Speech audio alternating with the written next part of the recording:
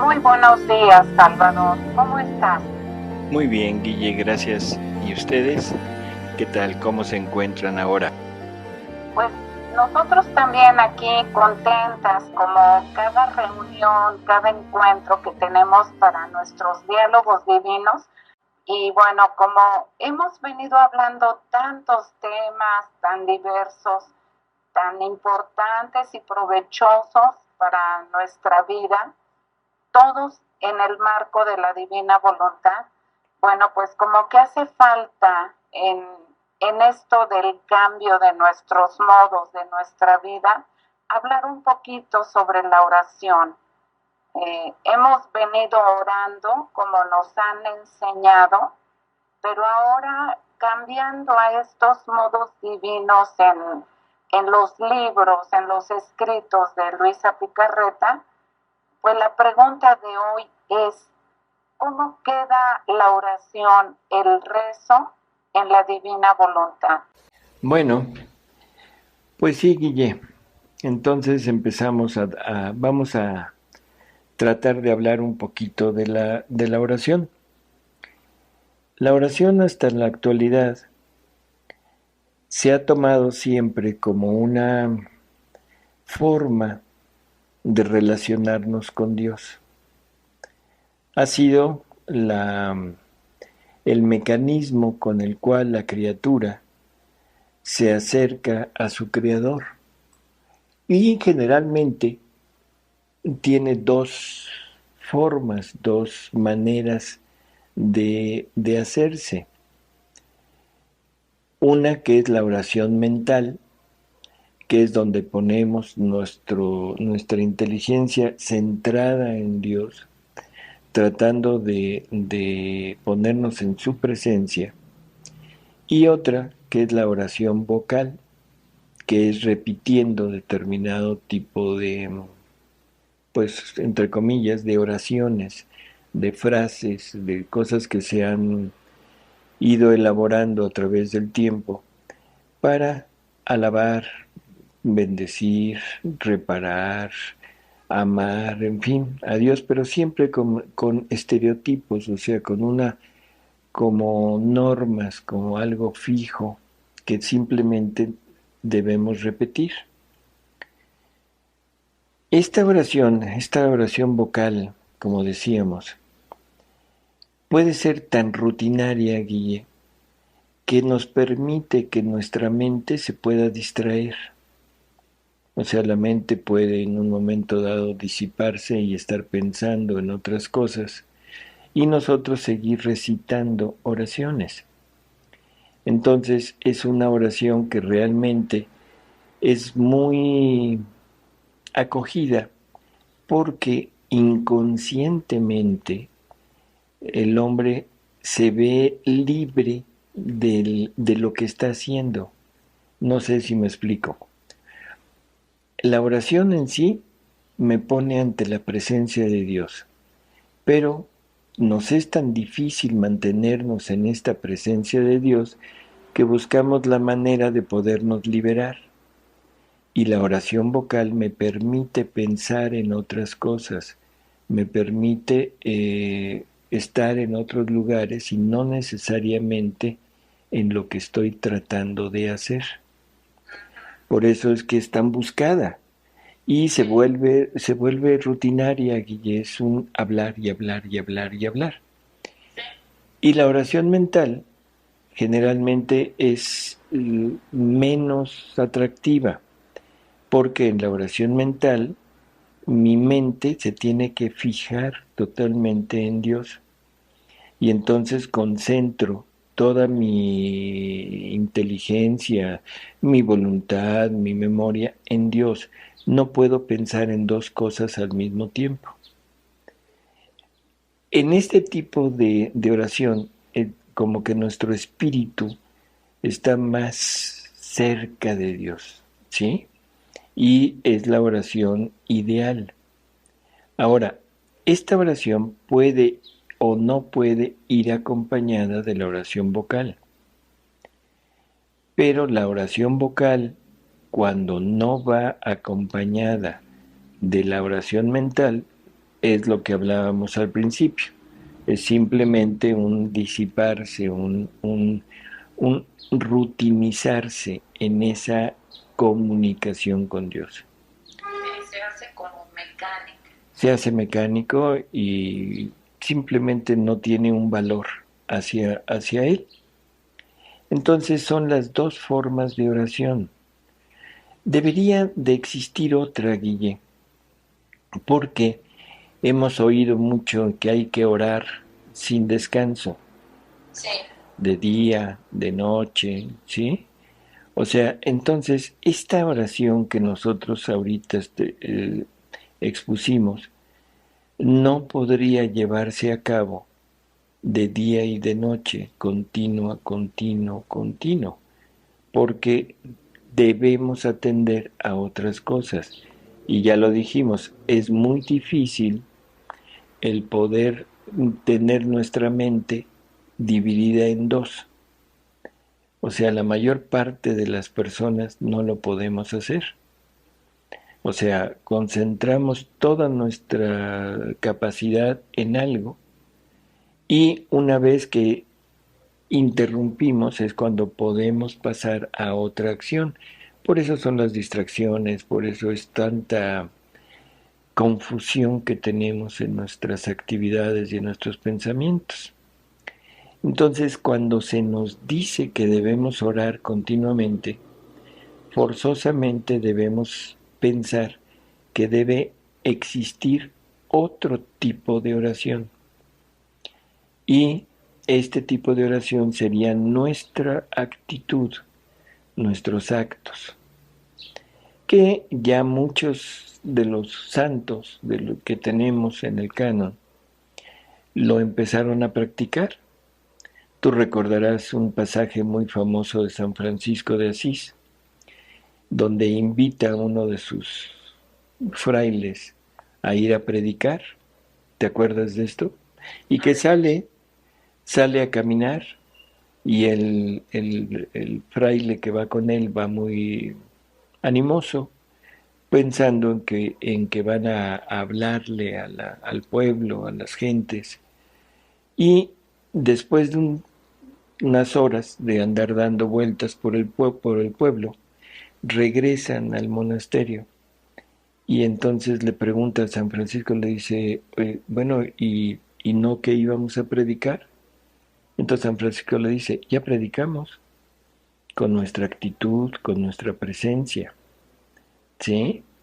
O sea, es, esto es como algo de decir, no se necesita la acción específica, sino existe lo que ahora nosotros llamamos un lenguaje corporal, un lenguaje en donde vamos dando a entender lo que queremos, lo que somos, lo que pensamos, lo que amamos, con nuestra sola actitud. Y podríamos pensar que debe existir una oración semejante a esta. ¿Sí? ¿Nunca habías oído eso de San Francisco? Creo que sí lo había escuchado. Así es. Sí, bastante ilustrativo. Bueno. Luego, la oración también, Guille, la hemos centrado generalmente en dos finalidades. La primera, que debiera de ser exclusiva, es unirnos con Dios para amarlo, para alabarlo, para repararlo, ¿sí? Esa como que es la mejor opción de oración. Pero existe otra oración que es oración de petición. Y la petición puede ser ya sea por aspectos morales, por aspectos espirituales o incluso materiales. Y entonces son como los dos grandes rubros de oración. Bueno,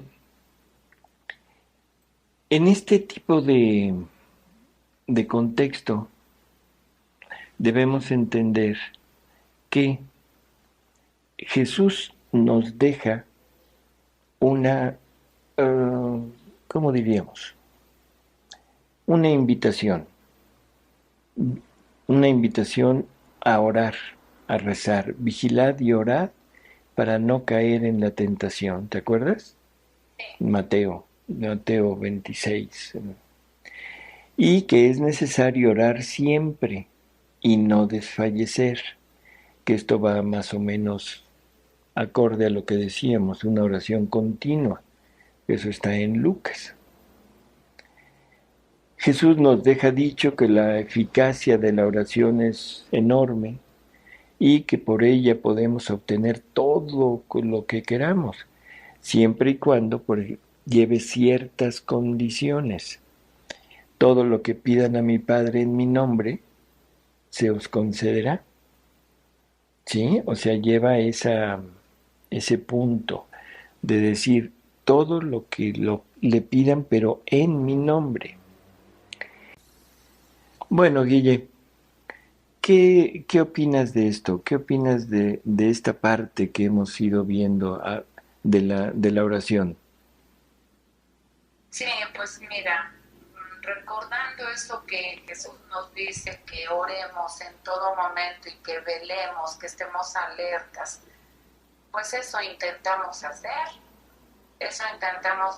de orar. Claro, no se puede hacer en todo momento, hay tiempo para descansar, para dormir, para trabajar, pero entonces, aunque nuestra intención sea orar en todo momento, pues nuestra oración no es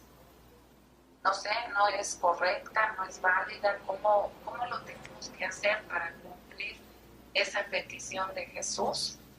Porque sabemos que Él no nos pide cosas imposibles o difíciles, ¿no? Así es.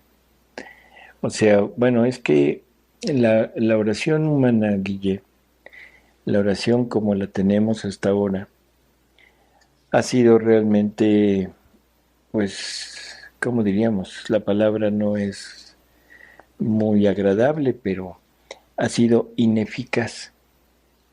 O sea, todo lo que hemos hecho como oración no ha tenido un valor así real. Y eso nos lo confirma San Pablo, porque hay que llegar a comprender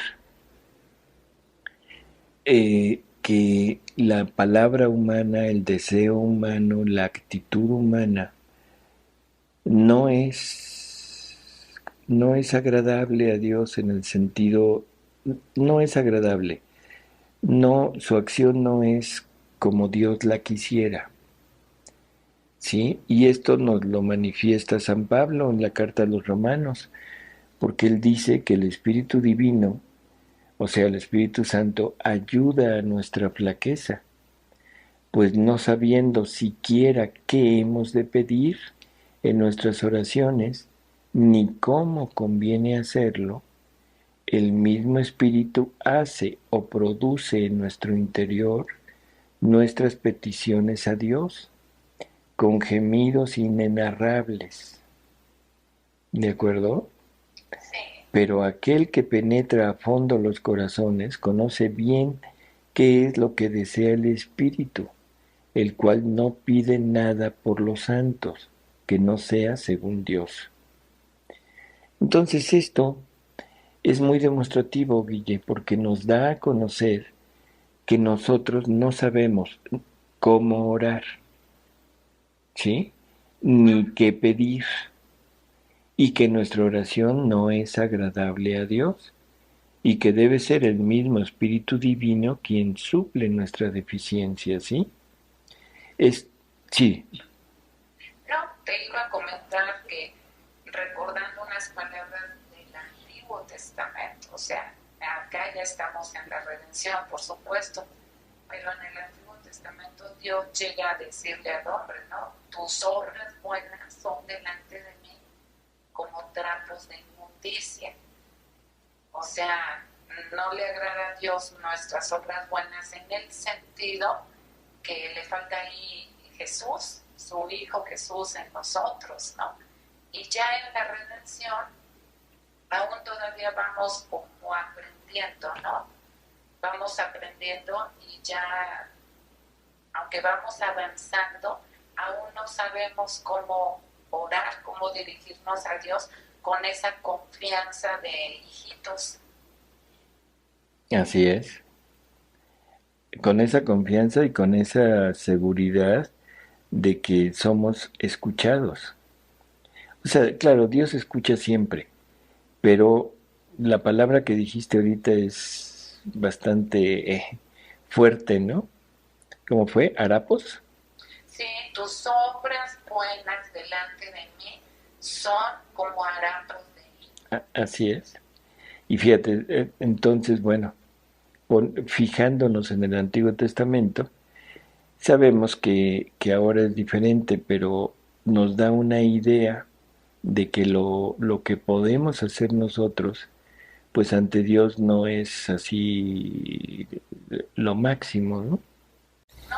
Porque Él había querido que viviéramos una vida semejante a Él o a su Hijo, y pues se perdió eso. Exacto.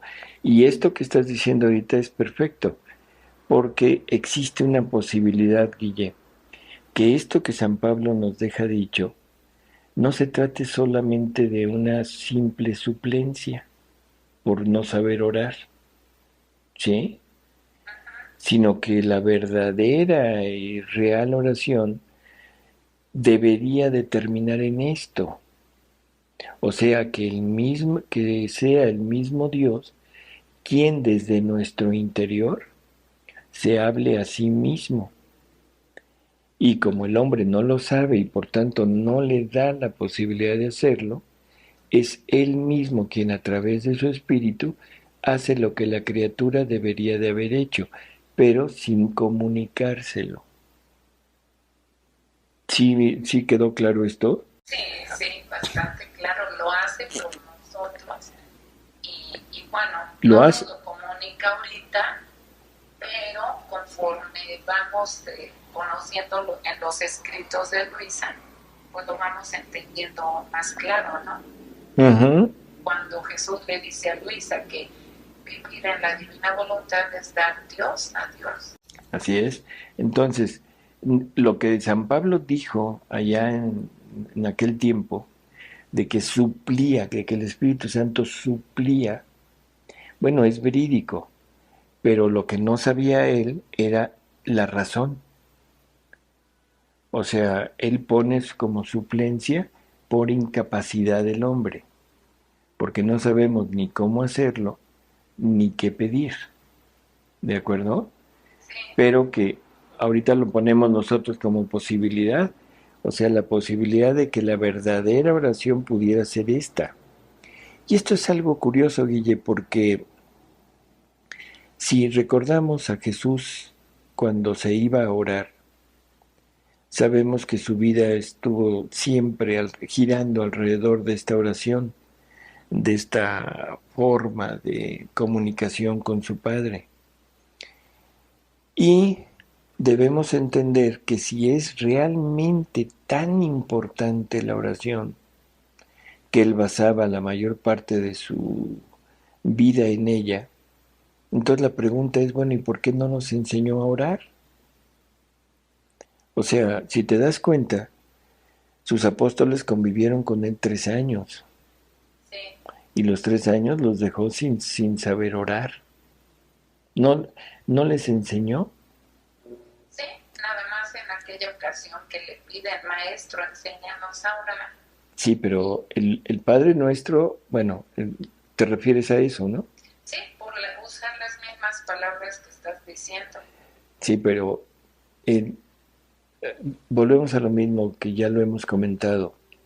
Cuando Jesús dice que se va a orar en las noches, yo no creo que haya ido a rezar Padres Nuestros. No, no, no, Eh, no, por supuesto. O No, pues sea, eso nos lo enseña a nosotros. así es, pero también, por eso, espérame, ahorita la idea es, el Padre Nuestro es una oración que es un modelo de vida y que debería de ser como la guía de la verdadera oración. Después te lo, te lo voy a desmenuzar un poco, porque el Padre Nuestro no es una oración, es un modelo de vida y una guía de oración. Vamos a, vamos a tantito hablar un poco antes de eso. Simplemente decir, bueno, Jesús no les da, no nos deja un modelo de oración. Nunca nos dice qué va a hacer cuando va a orar. En algunas ocasiones que sus apóstoles lo acompañan al huerto a orar, él los deja en algún lado y les dice, oren. Y él se aleja y se pone él a orar aparte. Qué difícil poder congeniar esto con ese Jesús que nos pide que oremos. O sea, los deja orando en su medio, en su modo del Antiguo Testamento, que eso es lo que eran los apóstoles. Y él se va a orar a su modo. ¿Sí? Entonces lo más probable es entender que era una oración de intimidad, o sea, él no necesitaba orar para ponerse en la presencia de su Padre. Él vivía continuamente en la presencia de su Padre. Entonces, una vez que está en la presencia real con su Padre, ¿qué es lo que Jesús hacía? Yo creo que esta es una de tantas cosas que todavía tenía que decirnos, pero que en ese momento no podía hacerlo. Así es. ¿Sí? Entonces, por eso es que a los apóstoles los deja orando, pero a su modo, como ellos lo entendían, porque en ese momento no podía decirles cómo. Y en él, en su oración personal, ya se ponía a hacer lo que debería de haber hecho toda la humanidad. Bueno, esto, Guille, como que nos deja una pequeña luz de decir, bueno, realmente debemos entender que debe existir otro tipo de oración que no es la que hemos acostumbrado. Así es. Pero, desgraciadamente, esto implica un cambio, ¿sí? Y siempre los cambios son muy difíciles de aceptar, Guille, sobre todo en cosas tan fundamentales como es nuestra vida espiritual. Sí, todo crecimiento duele, pero Todo es necesario. Así es, todo crecimiento duele, lo dijiste perfecto, porque el crecimiento es abandono de la etapa anterior, ¿sí? Sí. Entonces, la vida espiritual, creo que ya lo comentábamos en alguno de los programas de María Visión, que la vida espiritual es un continuo cambio, ¿sí? Un cambio total y absolutamente constante, constante, constante, y que es con miras de perfeccionamiento. Y lógico, como decíamos, el perfeccionarse lleva dos cosas. Primero, quitar lo anterior y segundo, reconocer que lo anterior no era perfecto y que debemos abandonarlo. ¿Sí? Sí. Jesús le dice a Luisa, repitiendo un poco lo del cambio, dice que es necesario que la vida espiritual sufra varios cambios. Y esto es para hacerla llegar a debida estatura y para volverla noble, bella y perfecta. Son palabras muy duras, terriblemente duras, sobre todo para nuestra mentalidad. Es necesario que nuestra vida espiritual sufra cambios para hacerla llegar a debida estatura, lo cual quiere decir que nuestra vida espiritual actual es chaparrita. ¿Sí? ¿Y qué quiero decir? ¿Qué quiero decir con chaparrita? Que no es adecuada, que no es lo que Dios quiere, que estamos bien porque vamos en camino, pero no es el final, ¿sí? Y luego, para volverla noble, lo cual quiere decir que ahorita mi vida espiritual no es noble, no es bella y mucho menos perfecta. ¿Sí? Bueno, entonces le dice Jesús a Luisa, dice que la verdadera vida espiritual se concibe en su seno. Su sangre, su amor, su alimento la forman. O sea, perdón, bueno, la sangre de Jesús, el amor y el aliento de Él forman esta vida espiritual, que después la alimenta a su pecho. Le dice a Luisa, la fajo con mis gracias. ¿Qué quiere decir fajar en un niño, Guille? Poner, Pues sostener, ¿no? sostener y ponerle pañales, Sí, porque para eso lo faja, ¿no? sí, para que no se le salte el ombliguito Ajá, también. y que no se le baje el pañal. Ajá, El ombliguito lo quiero dejar un poquito al lado porque como que no le encuentro mucha relación, pero al pañal sí. bueno, Yo al pañal le veo mucha relación porque el pañal quiere decir incapacidad. bueno, El tienes pañal, razón. el pañal quiere decir inmadurez. El pañal quiere decir dependencia. ¿De acuerdo? Sí, sí, desde ese punto de vista, sí. Ujú. Entonces dice, la fajo con mis gracias. ¿Sí? Entonces, la gracia, eso que tenemos tan valorado en nuestra vida espiritual, es una faja de un niño recién nacido, ¿de acuerdo? Porque Sí, es necesaria para poder tener lo mínimo necesario, pero no es lo ideal. Y luego le dice Jesús a Luisa, luego paso a hacerla caminar con mis verdades. Pero no es mi deseo formar una niña juguetona, sino formar una copia toda semejante a mí. También palabras muy curiosas, ¿no? O sea, una niña juguetona. O sea, un niño que no es consciente de sí mismo, que lo único que se pasa el tiempo es en divertirse, en jugar, en pasarla bien, ¿sí? Sin preocuparse ni por su propio bien, y mucho menos por el bien del padre o de la madre. sí, O sea, un niño jamás piensa en el bien de la mamá o en el bien del papá. ¿no? Un niño es egoísta por naturaleza. Así es. Entonces lo único a lo que se dedica es a jugar. Qué palabras tan terribles ya viéndolo desde este punto de vista, ¿no? Sí, Que no es mi deseo formar una niña juguetona, sino formar una copia toda semejante a mí. Por eso entran los cambios, que no son para otra cosa que para hacerla llegar a edad madura y darle todos los privilegios y prerrogativas que contiene la verdadera vida espiritual. De otra manera, permanecerá como niña en pañales, que en lugar de formar mi honor y mi gloria, formaría mi dolor y deshonor.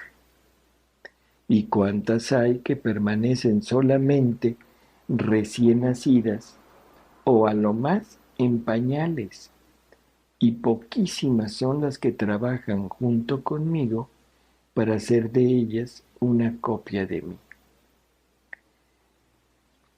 Qué enseñanza tan fabulosa, Guille. Jesús no te quiere estar fajando continuamente con sus gracias. Jesús no quiere tus oraciones juguetonas, egoístas. egoístas. Jesús no te quiere chaparrita, aunque nosotros de cariño a los hijos o a los niños a veces les decimos chaparrito, Sí, ¿sí? Y eso implica mucho cariño, mucho afecto, mucho dedicación por aquel ser. Sí, sí, porque sabemos que está en formación.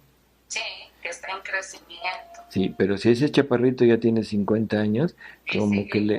Y sigue igual, juguetón y todo, como decimos, óyeme, condenado, a ver si ya maduras, ¿no? ¿A qué hora creces? Ándale. Y entonces, como que Jesús aquí nos está diciendo algo medio raro, ¿no? Como decir, óyeme, ya párale, ¿no? Ya para de esa vida espiritual chica, de esa vida espiritual no completa, no madura, no agradable, no bella para mí, ¿sí? Sí. Bueno, entonces, como no nos quiere en ese estado, es por lo que nos va haciendo crecer. Estos cambios que ya han sucedido a lo largo de toda la historia de la humanidad, yo dividiría a la humanidad en el plano de la oración y del acercamiento a Dios en 4 etapas. La primera etapa, Guille, es en la inicial, o sea, en el transcurso de toda la historia de la humanidad.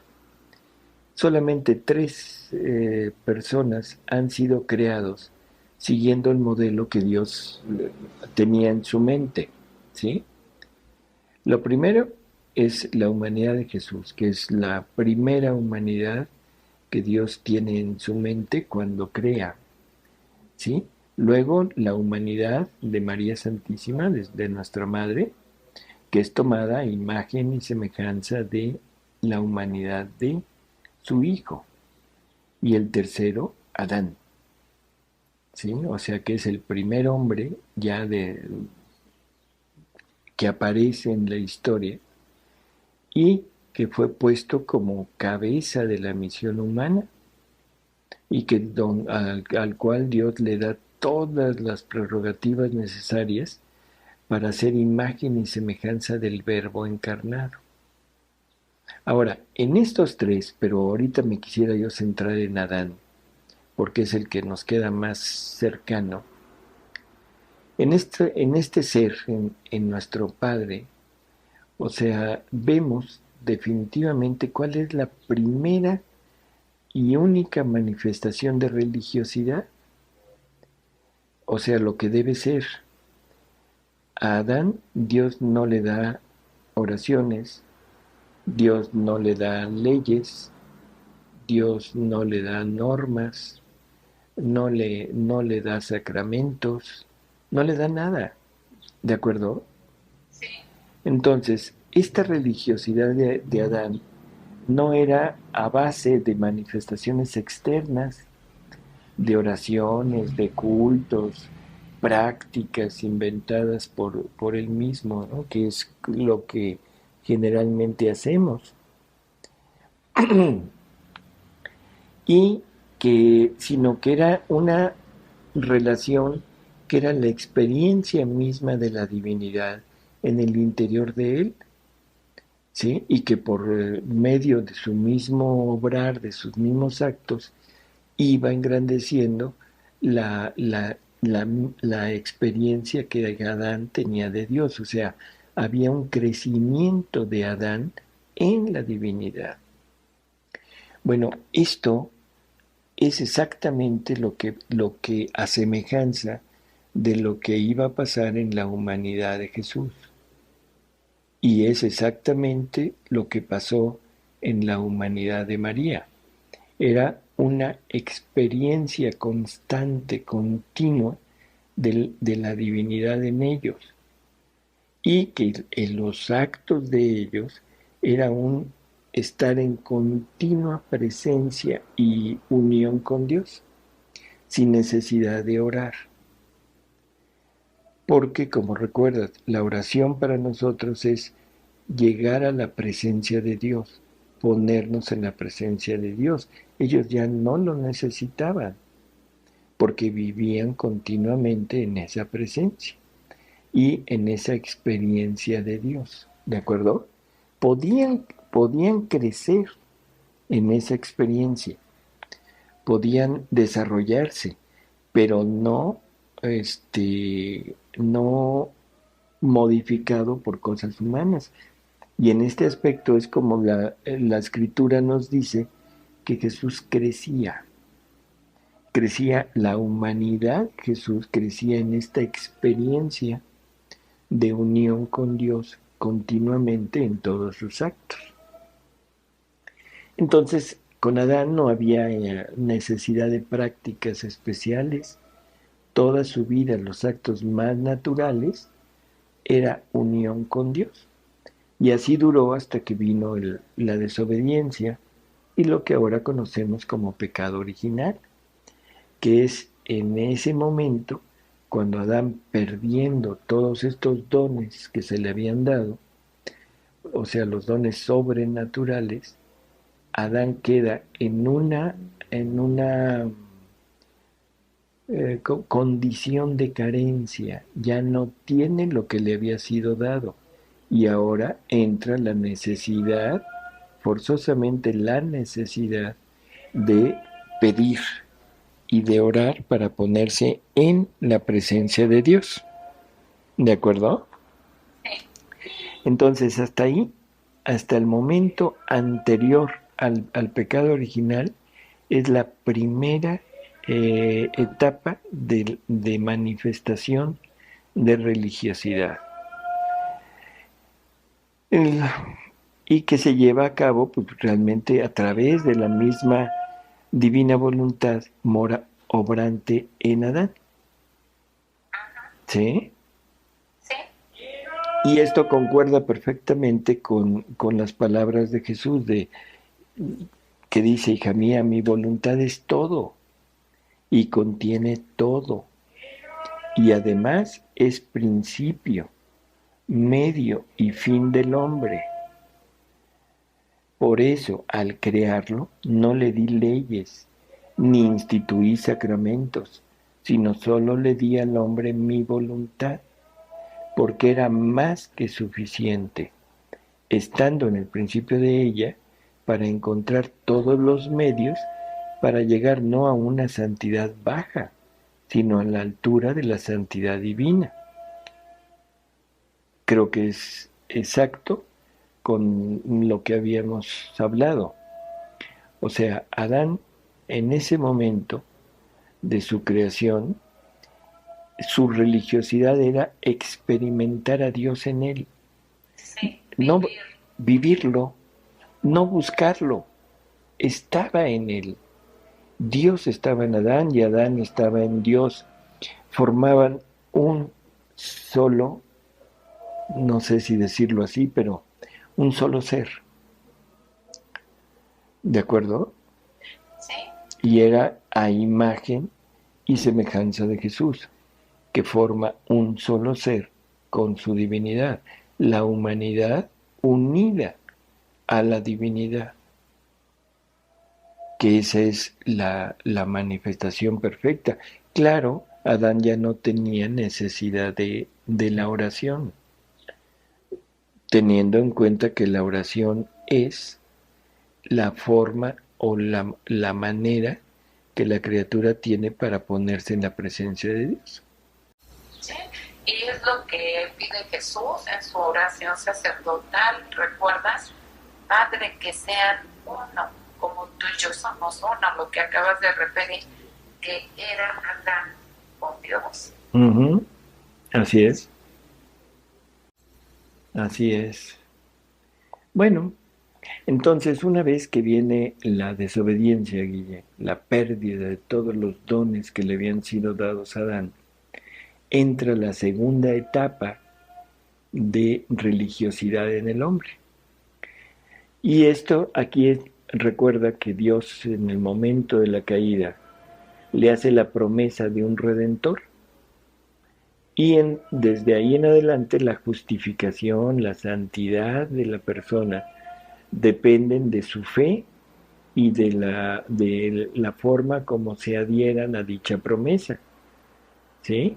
Y esto se basa en lo que Adán, el mismo Adán, transmite a sus descendientes, que aunque habían perdido ya el conocimiento infundido de Dios, pero lo poquito que le quedó a la inteligencia humana alcanzaba a recordar que fue un hombre creado, que había un creador, que hubo una falta, que nos salimos de su plan y que en un futuro iría a venir un redentor.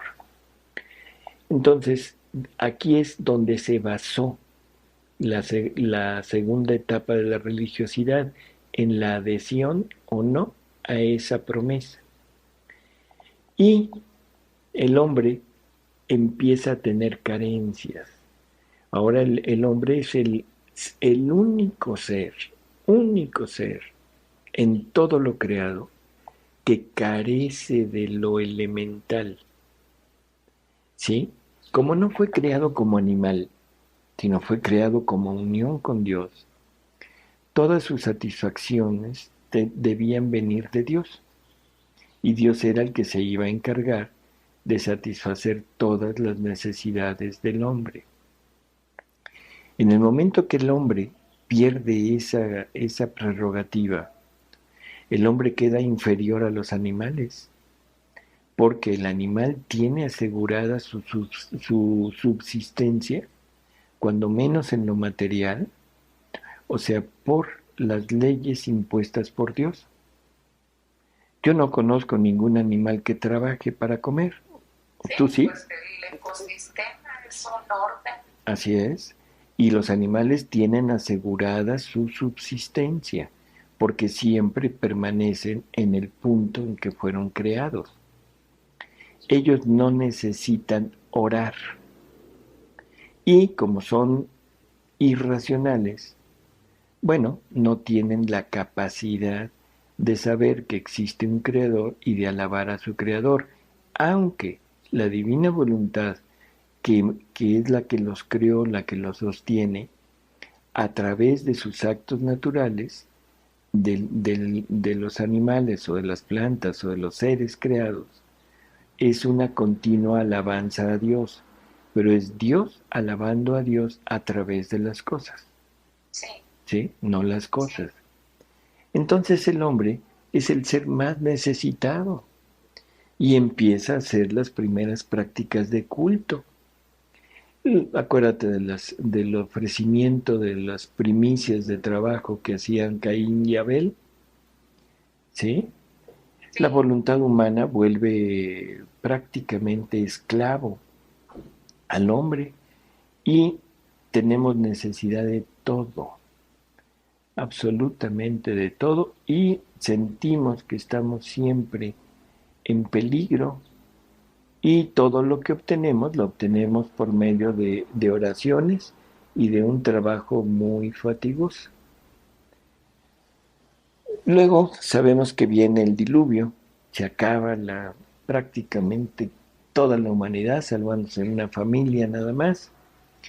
Y una vez que ellos salen del arca y empieza de nuevo la humanidad a desarrollarse, se empiezan a multiplicar las formas de culto, las prácticas religiosas, y aparece la oración ya como tal, que ya no es un diálogo personal con Dios como era antes, sino que ahora son alabanzas de una criatura a un ser superior.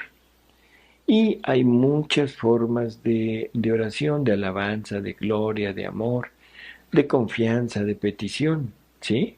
Y ejemplo de esto pues están los salmos, todas las oraciones del Antiguo Testamento. Bueno, así dura esta etapa hasta que viene Jesús. Viene el Mesías, viene todo lo que conocemos como redención, viene la institución de la iglesia, y entonces Jesús nos deja ya muchas otras cosas que no teníamos antes de él. Nos deja más que nada su evangelio, nos deja su iglesia, nos deja los sacramentos, entre los que la Eucaristía es como el punto central, o sea, es el mismo que se nos da, nos deja la confesión, que es la forma de estarnos restituyendo nuevamente a la amistad con Él. Ya si faltamos, si fallamos, ya no quedamos excluidos de Dios como en el Antiguo Testamento. Ahora podemos reintegrarnos, ¿sí? Y nos deja el modelo de la oración continua que nos da Él, como decíamos hace un momento, por medio de su oración en el huerto. Nos da tips de cómo orar, ¿sí? O sea, nos da ciertas normas para decir, cuando quieras orar, hazlo de esta manera. Por ejemplo, aquel de cuando quieras orar, o sea, no entra en tu habitación, ¿sí? Y ahí en lo secreto, ora con tu Padre que está en lo secreto. Nos deja dicho que no por mucho hablar, vamos a ser oídos. Sí. ¿De acuerdo? Sí. Pero no nos enseña a orar. Y la única oración que nos deja, que es el Padre Nuestro, que es un modelo de vida. O sea, como decíamos, ¿qué es lo que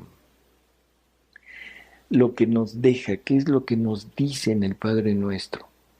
Bueno, primero nos dice que existe un ser infinitamente superior, creador de todo, pero que no quiere ser alabado como creador, como Dios, como ser superior. ¿De acuerdo? Porque las primeras palabras de la oración es Padre nuestro. O sea, no se quita toda la, no sé cómo decirlo, ese concepto que se tenía de Dios. Y esto es un cambio, hablando de los cambios, infinito, infinito. Para el judío, ya de ese tiempo, el Yahvé, el Dios de los ejércitos, era innombrable. Así es, incluso no mencionaban las vocales justamente para no mencionar con sus labios el nombre de Dios. Ah, exacto. Entonces imagínate, porque hasta ahorita, perdón por hasta ahorita los cambios que ha habido pues no han sido muy drásticos. El cambio de Adán fue muy drástico, pero fue de más a menos, ¿de acuerdo? Sí. Y ahí fue natural el cambio, porque a la hora de ya no sentirlo como vida, de ya no experimentarlo en él, lógico se vio en la necesidad de orar, porque la oración siempre, siempre nace de la carencia. Entonces para Adán fue natural el cambio, fue un cambio increíble, pero a final de cuentas un cambio perfectamente aceptado. Después es el propio hombre el que va cambiando poco a poquito, o sea, el que va aumentándose a sus prácticas religiosas de acuerdo a su forma de pensar. Y cada quien le iba agregando algo de acuerdo a su gusto. Por eso es que de la ley de Dios, que son tan simple, 10 mandamientos, se forman 600 y tantos preceptos. 613. Ándale, 613 preceptos. Pero todo eso, Guille, es cosa humana, no es cosa divina. ¿De acuerdo? Sí, sí, pues incluso comentan entre ellos que ni siquiera ellos mismos pueden con ello y sí se las dan a cumplir a los demás. Y súper al pie de la letra, al grado que Jesús les tiene que decir, bueno, la ley se hizo para el hombre, no el hombre para la ley. Exacto. Ya eran insufribles tantas leyes. Así es. Entonces, como que esos cambios, como son del propio hombre, o sea, tú te vas agregando poco a poco, no sientes lo drástico del cambio. ¿De acuerdo? Sí.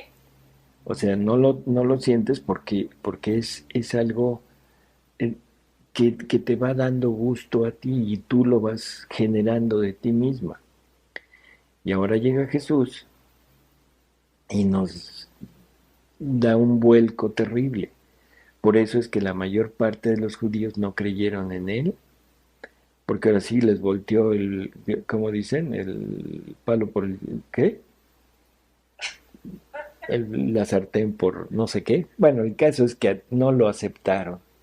Sí, sí, sí. No lo aceptaron porque era romper con todo. ¿Cómo a ese Dios de los ejércitos ahora este se atreve a decirle padre? Ándale.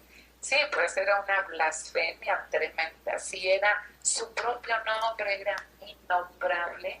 Exacto. Ahora, Imagínate que de repente le digan, y además déjame te digo, que no solo le decía padre, le decía papito. O sea, con mucha familiaridad. bueno, entonces ese es uno de los primeros grandes cambios, de los primeros grandes cosas que Jesús empieza a hacer para hacernos crecer. Ya no quiere ahora holocaustos, ya no quiere sacrificios, ya no quiere ayunos. ¿Te acuerdas? El ayuno que yo quiero. O sea, es o sea, tu cambio de actitud interna. La misericordia para Ujú. con tus hermanos. Exacto. Fíjate cómo desde ahí Jesús empieza a decirles, ya basta de tantas alabanzas, ya basta de tantas palabras. Sí, porque aparte también dice, el hombre me alaba con sus labios, pero su corazón está lejos de mí. Exacto. Entonces, bueno, Y su corazón es su vida, su voluntad. ujú, así es. Entonces, bueno, Padre nuestro, eso ya implica un brinco enorme. Ahora vamos a tratar a ese Dios de los ejércitos, pero como Padre. Y luego como que lo ubicamos, que estás en los cielos y santificado sea tu nombre. Bueno, esto como modelo de vida, Guille, es si Él, que es Padre, está en los cielos, si Él, que es Padre y que está en los cielos, merece que sea santificado, entonces el Hijo, ¿qué debe hacer? Pues, santificarlo, vivir su vida. Vivir su vida. O sea, debe situarse en el lugar donde está su Padre. Exacto. O sea, porque yo no puedo decir, Padre mío que estás en Canadá Lejísimos, claro. y yo aquí nada más te veo. No, yo me tengo que situar en donde está mi Padre. ¿Dónde está? ¿Sí? ¿Y qué manera de santificar? ¿Qué quiere decir santificar, Guille? A ver, pues tú explícanos. No, o sea, en el sentido estricto de la palabra. Bueno, cuando hay, como que lo relacionamos también con el segundo mandamiento, ¿no? De no nombrarás el nombre de Dios en vano, valga la repetición. O sea, santificar a Dios es pues ponerlo justo en donde debe estar Dios en tu corazón, Así como es. lo primero, lo santo, pues también como cuando Jesús dice, sean perfectos como mi Padre es perfecto, pues agradarlo con una vida que Dios espera de nosotros. Ujú. Correspondencia de amor a su nivel. Así es, o sea, un reconocer lo que Dios es, ¿sí? Sí, Un reconocer, un situar a Dios en el lugar que le corresponde, un tenerlo siempre en el lugar, en el estado, no sé, que debe tener, ¿sí? Eso es lo que siempre deberíamos de hacer, es santificar su nombre. Y Y el papá, por lo regular, siempre quiere que su hijito esté con él. así es. ¿Qué manera más perfecta de santificar, de reconocer a ese Dios y a un Dios que lo estamos aceptando como Padre, que no una forma de santificarlo es poniendo al Hijo en donde está el Padre? Así es, ¿Mm? así es. Así es, ¿verdad? Ajá. Entonces, bueno, ¿qué quiere decir esto? Bueno, quiere decir que me debo situar junto con Él en donde Él está, ¿sí? Sí, Y es dedicarle a Dios una cosa, y lo que le voy a dedicar es a su propio hijo que soy yo. No sé si me explico. Santificar quiere decir dedicar, ¿sí? Una cosa a Dios. Yo voy a santificar su nombre, voy a santificarlo a Él. ¿Cómo? Poniéndome o yo, dedicándome yo a Él. No se entiende, ¿verdad? yo pienso que sí, pero si tienes una manera de explicarlo, o sea, santificar a Dios también lo entendemos, hacerlo. Quiero entender cómo lo estás explicando, es pues santificarme a mí, bueno, dejar que Dios me Sí, santifique a mí, para yo, que soy hijo de Él, palabra de Él, fíjate de Él, pues lo pueda honrar, ¿no? Con mi exacto. propia vida, que sería la vida Pero que Él diga a mí. una vida dedicada a Él, Sí, una vida consagrada a Él. Es la manera en que yo lo podría estar santificando, sin diciéndole, interrupción. así es, diciéndole, Padre, te reconozco que te pertenezco, reconozco que debo estar contigo, reconozco que eres lo que, como lo quieras decir, que eres Dios, que eres lo que sea, pero también reconozco que es necesario que yo me dedique a ti, que es justo que yo me dedique a ti, porque yo soy criatura creada para ti. Entonces, de alguna manera, tengo que ponerme yo en ese punto de santificarlo, de reconocerlo y todo, y aparte de decirle, yo, criatura tuya, te santifico dedicándome a ti, dándote lo que tú quieres tener desde toda la eternidad. Esto que estoy diciendo es uno de los significados de la palabra santificar. O sea, esto es bueno, el significado de la palabra, porque a veces no lo tenemos muy en mente, ¿sí? Entonces es hacer a uno santo por medio de la gracia, eso sería Dios hacia nosotros. Pero ahora, dedicar a Dios una cosa. Yo santifico la iglesia, o sea, el obispo de un lugar, va y santifica un lugar. O sea, Consagra. le consagra, le dedica a Dios ese lugar y lo vuelve santo. Donde estaba la zarza ardiendo que vio Moisés, Sí, le dice Dios, quítate las sandalias porque el lugar que pisas es santo, sí, o sea, está dedicado a mí, sí, ¿de acuerdo?